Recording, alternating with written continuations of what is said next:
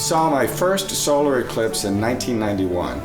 A high school friend of mine named Paul called me up. I was in Boston at the time, and he said, there's a solar eclipse in Mexico and we have to go. We started spreading the word, and before we knew it, there were 14 of us who traveled all the way to the tip of Baja Mexico for this outstanding solar eclipse. And we purchased an old school bus, and we used that bus to drive to the tip of Baja, but by way of Canada. So we traveled up the east coast of the US, and then the full length of Canada, and then down the west coast of the US down to the tip of Baja for the eclipse, and then we made our way back up to San Francisco through Colorado and then ultimately back to Mississippi. It was a 12,000 mile road trip. We had 24 breakdowns.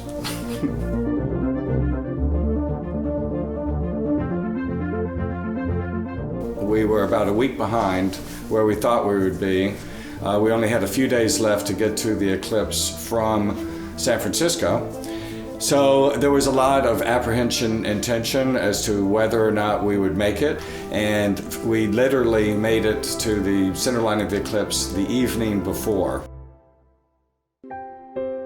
The morning of the eclipse, we sat there and looked, and the first person who saw it yelled, and we all celebrated, and we slowly, over the course of the next hour, watched as the shadow slid across the face of the sun. Off on the horizon, there's a wall of darkness that spreads as far north and south as you can see, and that wall is coming at you at 1,000 miles an hour, and that everything beneath that wall of darkness is like a giant paintbrush being painted black. The surface of the earth disappears, and then instantly that wall interfaces with you, and it's like the lights are off. You can turn around and you can see that wall disappearing off to the east as all of the light of the day is sucked into a little hole, and then suddenly everything is black. It turned out that the spot that we chose, it was our first one, ended up being perfect. After my first eclipse, I decided that I would go to virtually every single eclipse that I could. The eclipse in Easter Island, virtually the entire path was over the ocean. The only landmass that went over was Easter Island. Frequently, there are big celebrations for eclipses, and someone will organize a big festival. Sometimes it's a music festival and so forth in celebration of it that will usually happen several days before or even after the eclipse. This festival that had been planned for 15,000 people ended up only having about 150 people that actually made it all the way there. When we got there, nothing had been set up. So the 150 people that got there had to get together, clear the space, make camping areas, build a stage for the music, build a kitchen for kitchen facilities, build bathhouses for bathhouses, and everyone worked nonstop for about 3 days building this community, and everyone became super close from this experience. About 2 days before the eclipse, we're at a local cantina eating dinner, and the chef comes out and he says, I've got bad news for you. There's a monsoon coming in, and it's coming in tonight, and it's going to be here for 4 days. And then literally a couple hours before the eclipse, the rains stopped, the clouds parted, a double rainbow came out, the eclipse, which was spectacular, happened, followed by another double rainbow, and then the clouds closed back up and 2 more days of monsoon continued.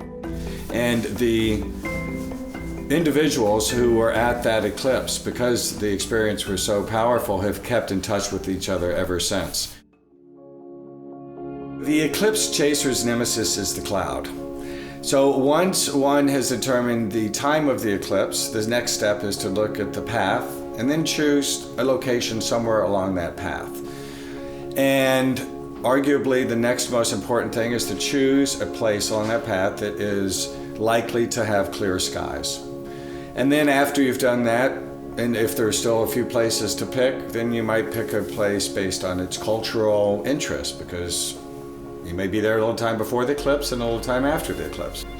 On March 20th in 2015, many people traveled from Europe and all over the world to the Faroe Islands to see the eclipse. So we wake up the morning of the eclipse and it is pouring rain. I would say it was probably 20 minutes before the eclipse, a little hole in the sky happens and a beam of sunlight shoots and hits a spit of land that's off in the distance. And then it closes back up. And then you hear yelling and screaming in 5 different languages, cursing this cloud, yelling, and all of a sudden it moves just at the moment of totality, and we experience the full totality, and then the clouds come back.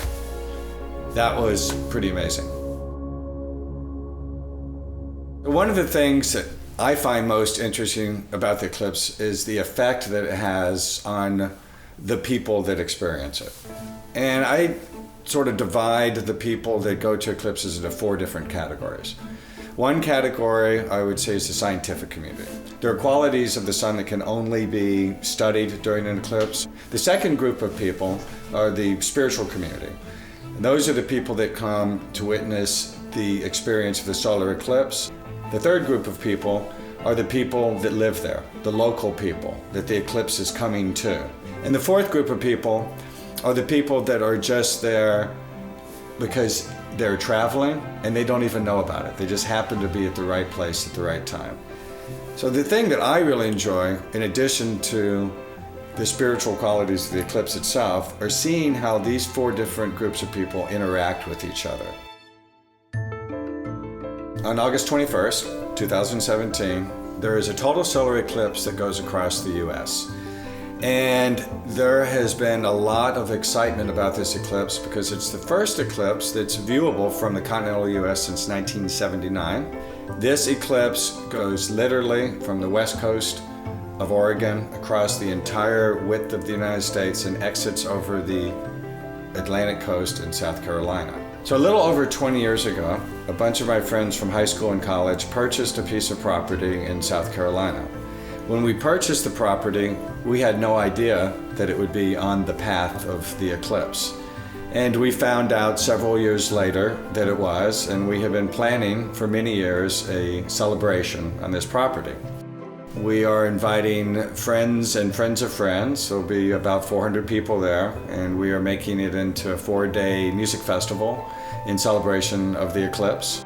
There is a creek that runs through the middle of the property that has a waterfall that comes into a cove that goes into a large lake that the property borders, and the eclipse is going to line right up with that cove. First eclipse that I went to in Baja Mexico, we ended up on a stretch of beach where there was only one other vehicle. And the other vehicle was a Nissan Pathfinder that had 2 engineers in it from San Francisco. So we ended up making friends with them, and one of them, whose name is Art, ended up becoming very close friends with us. Separately from that, there is a large group of individuals from the Atlanta area that have a community that's very strong, and they have an annual gathering that they have on our property. And one of the women in that group is Stacy. And Stacy and Art are getting married at this solar eclipse.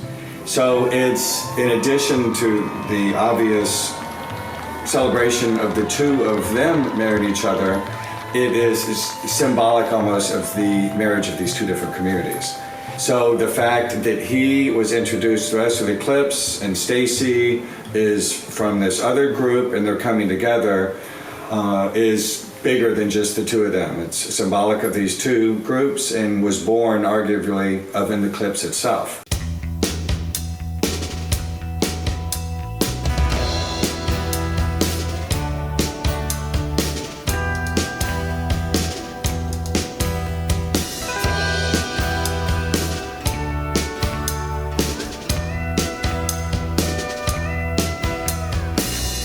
You are the sun.